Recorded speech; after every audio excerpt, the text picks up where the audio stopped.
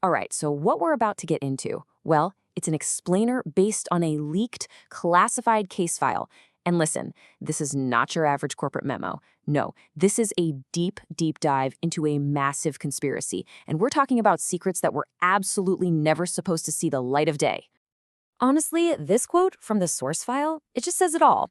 It's like someone literally took a blender, threw in The Firm, Ozark, Succession, Black Mirror, Narcos, and then just hit puree. What we're about to unpack is this completely unhinged thriller that mixes boardroom backstabbing, raw cartel brutality, and some seriously scary high-tech horror. It feels like it was ripped straight from tomorrow's headlines. And get this, a final warning comes attached right to the dossier. It basically says the information we're about to unpack is forbidden knowledge. Think of it like a corporate autopsy that's so dangerous it could literally get people disappeared. So, yeah, consider yourselves warned. All right, let's peel back the first layer of this thing.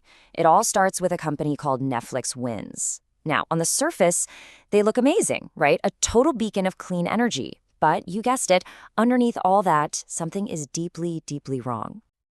And this slide right here, it just lays out the central conflict perfectly. Publicly, Nephilex is celebrated. They're America's #1 green energy company. But the leaked file, it tells a very different story. It calls them a front, a cartel-backed death machine, a company propped up by dirty money and even dirtier secrets. So, the cracks in the facade? They started to show up, and fast.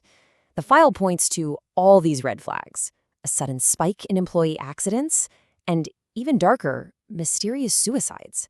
You've got extreme stock volatility, margin calls from Wall Street. And at the same time, you see these executives driving around in flashy Cybertrucks. I mean, come on. This is all happening while the company was supposedly bleeding cash. So you have to ask yourself, right? Why all the mysterious deaths? Well, the answer is, it's as grim and calculating as it gets. It all boils down to this really disturbing financial scheme that literally turns human lives into corporate assets. Okay, so the entire scheme hangs on this very real and super controversial practice called corporate-owned life insurance. It has this awful nickname, dead peasant insurance. And the concept is just, it's shocking. A company takes out a life insurance policy on its own workers. Then, when that worker dies, the company, not the family, gets a big, fat, tax-free payout. Now, to be clear, there is a legit version of this. It's called key person insurance, and it's for covering the loss of, a super important executive. But that is not what Nephilex was doing. No way. They were doing the exploitative version, insuring regular rank-and-file workers, not to cover business losses, but for pure, cold, hard profit. And here's the crazy part. This isn't just something out of a sci-fi novel. The source file actually grounds this whole conspiracy in real-world scandals. We're talking about major companies like Walmart and Winn-Dixie.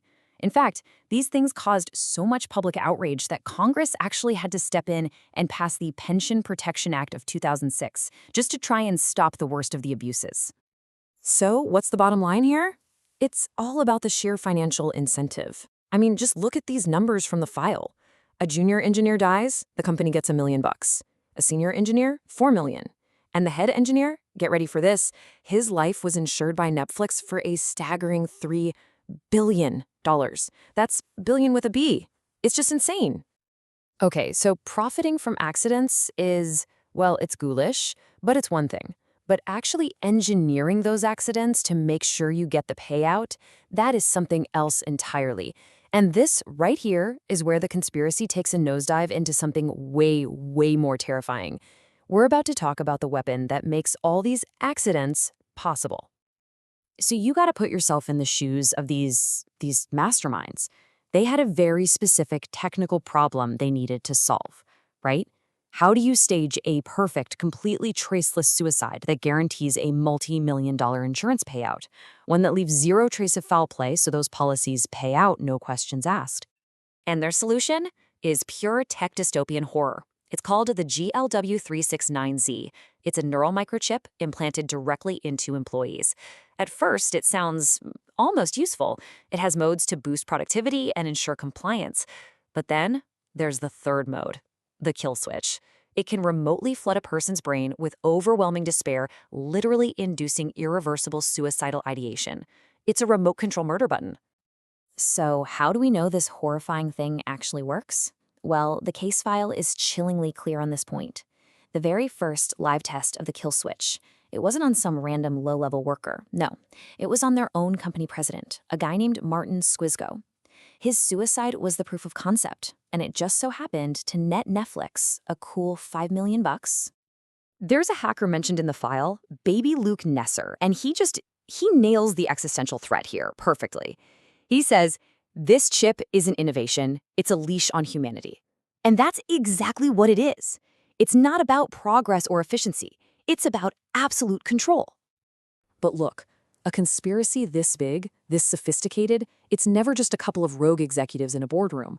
The file shows this is a sprawling network of incredibly powerful players. We're talking cartels, billionaires, and people in the highest levels of government, all working together to keep this dying company on life support. First up, you've got the money man, Miguel Coronado. This guy is a major cartel boss, and he's using Nephelex's land leases, their wind farms, as a giant front to launder hundreds of millions in blood money. He's the one keeping the company solvent when, by all rights, it should have collapsed years ago. Then you need political protection, right? And they've got it. According to this file, the vice president herself, Marianne Lane, is compromised. She's being blackmailed by Coronado's people with some very explicit tapes from yacht parties. The price of her silence? Killing any and all federal investigations into Nephilex. And finally, there's the billionaire vulture, Jurah Mukali. This guy didn't just invest in the neural chip. Oh no, the file alleges he specifically funded the development of its kill switch. And now, he's just circling, like a vulture, waiting for the company to completely implode so he can swoop in and buy the whole thing, including its horrifying tech, for pennies on the dollar. So what's the immediate prize in the middle of this whole mess? $10 million in untraceable bearer bonds, which are basically just like cash. And it's all sitting in the cartel's heavily fortified safe house down in Galveston. Okay, so you've got this massive web of corruption.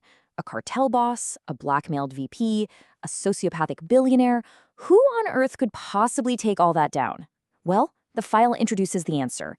An elite, totally off-the-books Black Ops team known only as the Family. And here's their dossier. You've got Claudia Reid, the boss, Rex Steele, he's the fixer and field lead, Baby Luke Nesser, the hacker. And yeah, he's the one who likely compiled a lot of this file.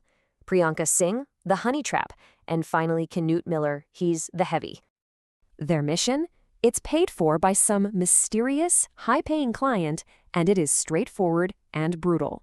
For $5 million, they have to stop the hostile takeover, get those $10 million in bonds back, and make certain people, well, make them disappear. And that brings us to the final haunting question that just hangs over this entire case file.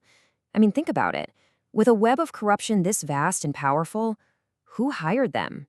Who has the power, the motive, and the $5 million in cash to hire this team, to make these people disappear, to just burn it all to the ground? The file, it never says. It just leaves you wondering.